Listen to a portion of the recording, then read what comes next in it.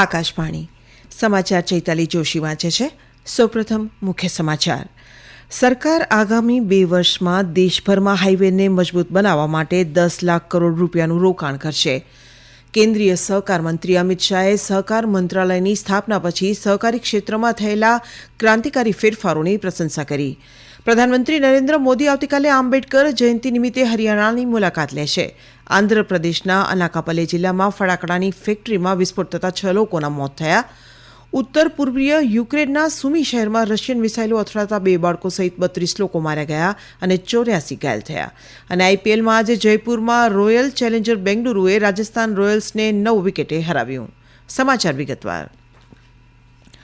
સરકાર આગામી 2 વર્ષમાં દેશભરમાં હાઈવેને મજબૂત બનાવવા માટે 10 લાખ કરોડ રૂપિયાનું રોકાણ કરશે, જેમાં ખાસ કરીને પૂર્વોત્તર અને સરહદી વિસ્તારો પર ધ્યાન કેન્દ્રિત કરવામાં આવશે. એક સમાચાર સંસ્થાને આપેલી મુલાકાતમાં રોડ વાહન વ્યવહાર મંત્રી નીતિન ગડકરીએ જણાવ્યું હતું કે કેન્દ્ર સરકાર આગામી 2 વર્ષમાં દેશની માળખાગત સુવિધાને સંપૂર્ણપણે બદલીને તેને વિશ્વમાં શ્રેષ્ઠ બનાવવા માટે કામ કરી રહી છે. તેમણે કહ્યું કે સરકાર ઉત્તર પૂર્વમાં માળખાગત સુવિધાઓના વિસ્તરણ માટે પ્રોજેક્ટ્સ લાવી રહી છે, જેથી ત્યાંના રસ્તાઓ અમેરિકાના રસ્તા જેવા બની શકે. તેમણે કહ્યું કે પૂર્વીય રાજ્યોમાં 3,70,000 કરોડ રૂપિયાથી વધુના ખર્ચે 784 હાઈવે પ્રોજેક્ટ્સ અમલી બનાવવામાં આવશે. આ અંતર્ગત 21,300 કિલોમીટરનો વિસ્તાર આવરી લેવામાં આવશે. કેન્દ્રીય ગૃહ અને સહકાર મંત્રી અમિત શાહે વર્તમાન સરકાર દ્વારા સહકાર મંત્રાલયની સ્થાપના પછી સહકારી ક્ષેત્રમાં થયેલા ક્રાંતિકારી ફેરફારોની પ્રશંસા કરી છે.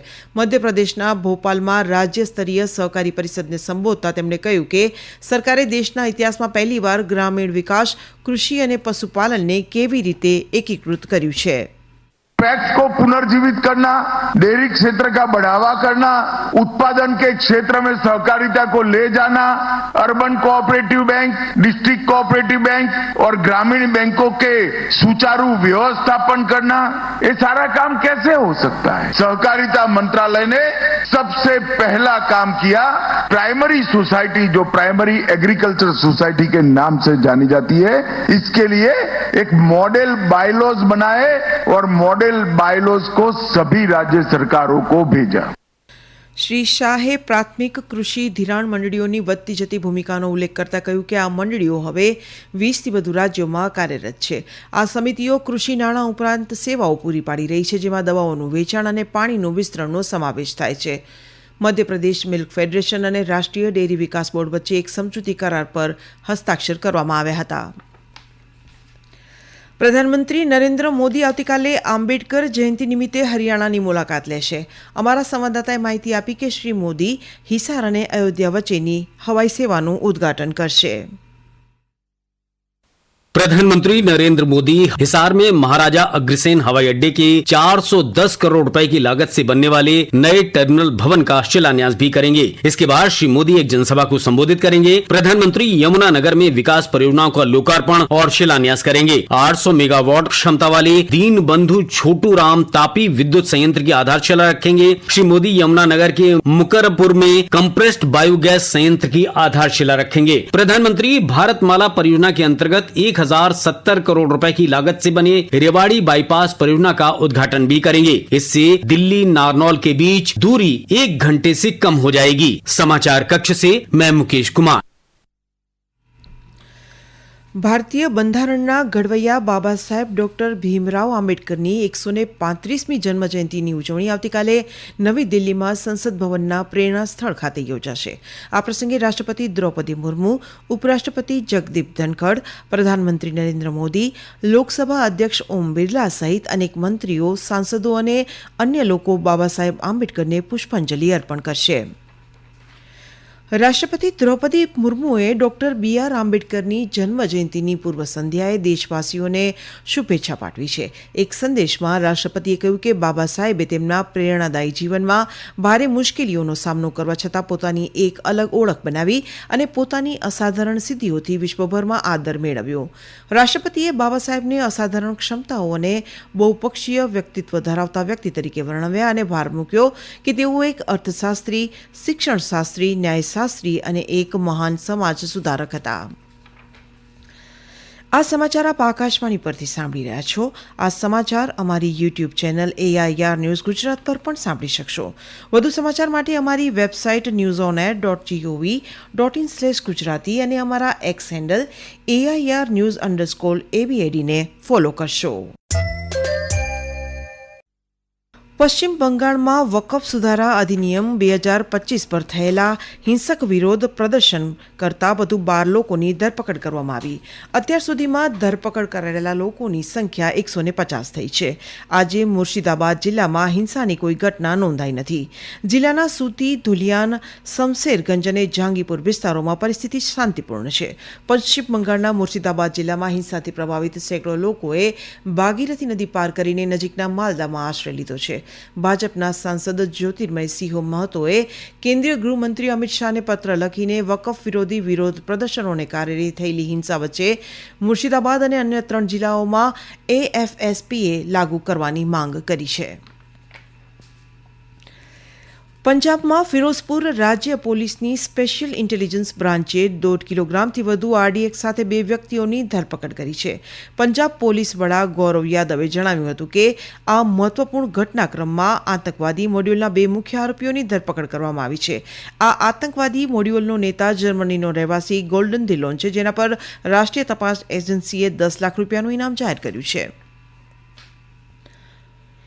ડિરેક્ટોરેટ ઓફ રેવન્યુ ઇન્ટેલિજન્સે મિઝોરમના બાયબ વિસ્તારમાંથી 52 કિલોથી વધુ મેથામેફ્ટામાઇન જપ્ત કર્યું છે, જેની કિંમત 52 કરોડ રૂપિયાથી વધુ છે. આ દાણચોરીમાં સંડોવાયેલા 2 લોકોની ધરપકડ કરવામાં આવી છે. નાણાં મંત્રાલયના જણાવ્યા અનુસાર આ સામગ્રી મ્યાનમારથી ઝોખાવથર સેક્ટર દ્વારા મિઝોરમમાં દાણચોરી કરવામાં આવી હતી. ટ્રકના ડ્રાઈવર અને તેના સહાયકની NDPS એક્ટ હેઠળ ધરપકડ કરવામાં આવી છે.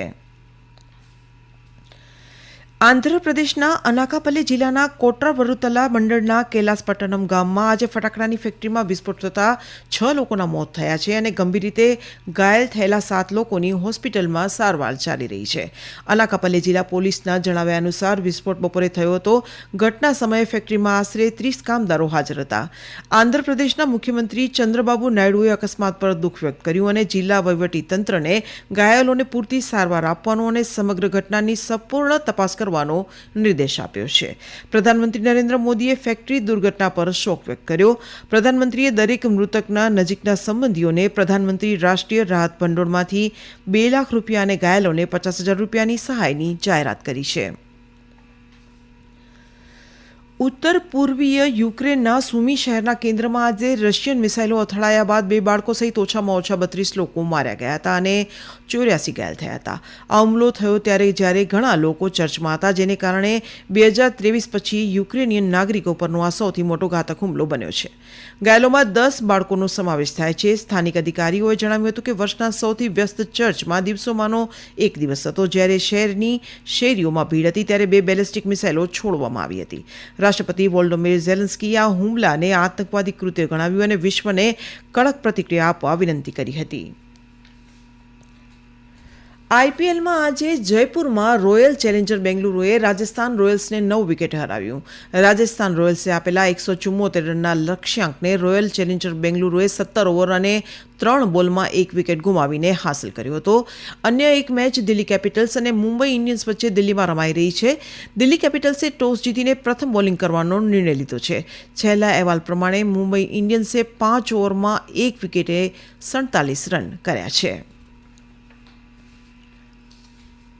ઈરાન અને અમેરિકા 19 એપ્રિલે બીજા તબક્કાની વાતચીત કરશે. ઈરાનના વિદેશ મંત્રાલયે જણાવ્યું હતું કે બંને પક્ષોએ ગઈકાલે ઓમાનની રાજધાની મસ્કતમાં સકારાત્મક વાતાવરણમાં તેમની પરોક્ષ વાતચીત પૂર્ણ કરી હતી. અંતમાં મુખ્ય સમાચાર ફરી એકવાર. સરકાર આગામી 2 વર્ષમાં દેશભરમાં હાઈવેને મજબૂત બનાવવા માટે 10 લાખ કરોડ રૂપિયાનું રોકાણ કરશે. કેન્દ્રીય સહકાર મંત્રી અમિત શાહે સહકાર મંત્રાલયની સ્થાપના પછી સહકારી ક્ષેત્રમાં થયેલા ક્રાંતિકારી ફેરફારોની પ્રશંસા કરી. પ્રધાનમંત્રી નરેન્દ્ર મોદી આવતીકાલે આંબેડકર જયંતિ નિમિત્તે હરિયાણાની મુલાકાત લેશે. આંધ્રપ્રદેશના અનાકાપલ્લી જિલ્લામાં ફટાકડાની ફેક્ટરીમાં વિસ્ફોટ થતાં 6 લોકોના મોત થયા. ઉત્તર પૂર્વીય યુક્રેનના સુમી શહેરમાં રશિયન મિસાઇલો અથડાતા 2 બાળકો સહિત 32 લોકો માર્યા ગયા અને 84 ઘાયલ થયા. અને IPLમાં આજે જયપુરમાં રોયલ ચેલેન્જર બેંગલુરુએ રાજસ્થાન રોયલ્સને 9 વિકેટે હરાવ્યું. આકાશવાણી પરથી સમાચાર પૂરા થયા. હવે પછી આપ આવતીકાલે સવારે 7:10 પ્રાદેશિક સમાચાર સાંભળી શકશો.